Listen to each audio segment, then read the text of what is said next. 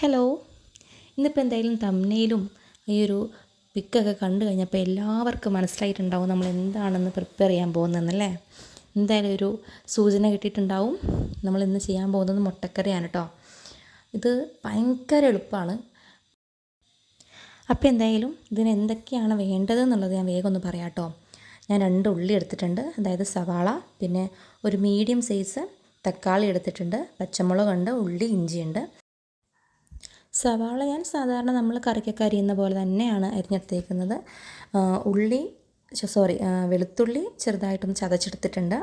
അതുപോലെ പച്ചമുളക് ഒന്ന് കീറി വെച്ചിട്ടുണ്ട്, ഇഞ്ചി ചെറുതായിട്ടൊന്ന് കീറി വെച്ചിട്ടുണ്ട്.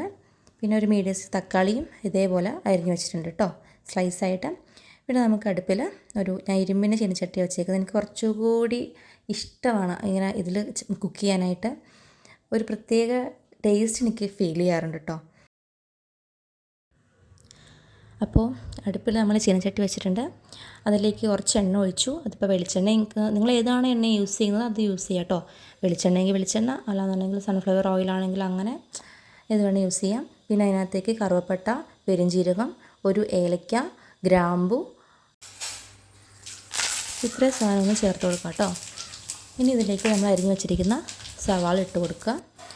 അത് പെട്ടെന്ന് വഴന്ന് വരാനായിട്ട് ഇപ്പോൾ എല്ലാവർക്കും അറിയുന്ന ട്രിക്കായിരിക്കും. ഞാൻ ഒന്നും അറിയില്ലാത്തവർക്ക് വേണ്ടിയിട്ട് ഞാൻ പറയുകയാണ്. നമ്മൾ കുറച്ച് ഉപ്പിട്ട് കൊടുക്കുകയാണെങ്കിൽ സവാള പെട്ടെന്ന് വഴന്ന് വരും കേട്ടോ. അപ്പോൾ കുറച്ച് ഉപ്പ് കൂടി ഇട്ട് കൊടുത്തിട്ട് നന്നായിട്ടൊന്ന് വഴറ്റിയെടുക്കുക.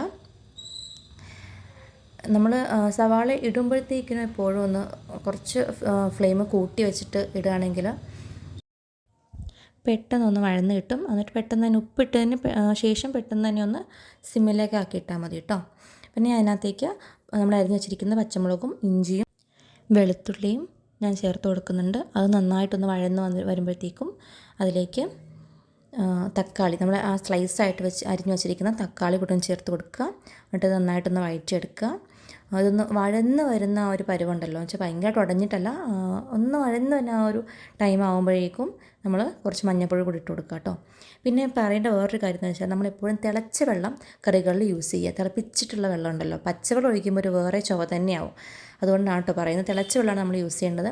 ഇപ്പോൾ ഇതിനകത്തേക്ക് ഇട്ട് കൊടുത്തേക്കുന്നത് മല്ലിപ്പൊടിയാണ്. മല്ലിപ്പൊടി നന്നായിട്ടൊന്ന് മൂത്ത് വരണം. കാരണം അതല്ലാന്നുണ്ടെങ്കിൽ പെട്ടെന്ന് നമുക്ക് ഒരു പച്ച ചുവ ഉണ്ടാകും അതിനകത്ത്.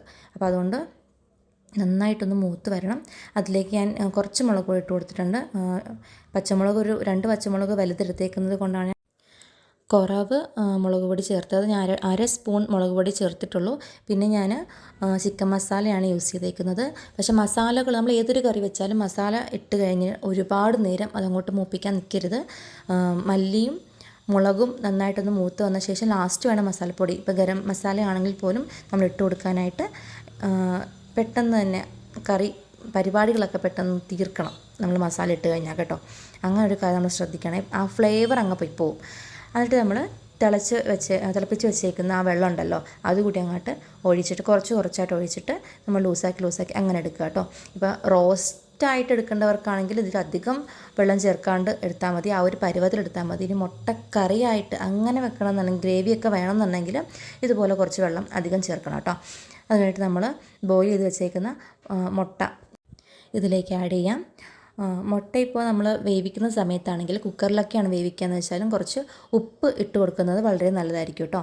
ഇതൊന്ന് നന്നായിട്ടൊന്ന് പൊന്തി വരുന്ന സമയത്ത് നമുക്ക് കുറച്ച് മല്ലിച്ചെപ്പും അതുപോലെ കറിവേപ്പിലയും വേണമെങ്കിൽ കുറച്ച് ആഡ് ചെയ്യാം കേട്ടോ. ഇത്രയേ ഉള്ളൂ പരിപാടി. ഭയങ്കര സിമ്പിളായിട്ട് പെട്ടെന്ന് ചെയ്യാൻ പറ്റുന്നതാണ് കേട്ടോ. അപ്പോൾ എന്തായാലും ചെയ്തിട്ട് ഫീഡ്ബാക്ക് അറിയിക്കണേ. ബൈ.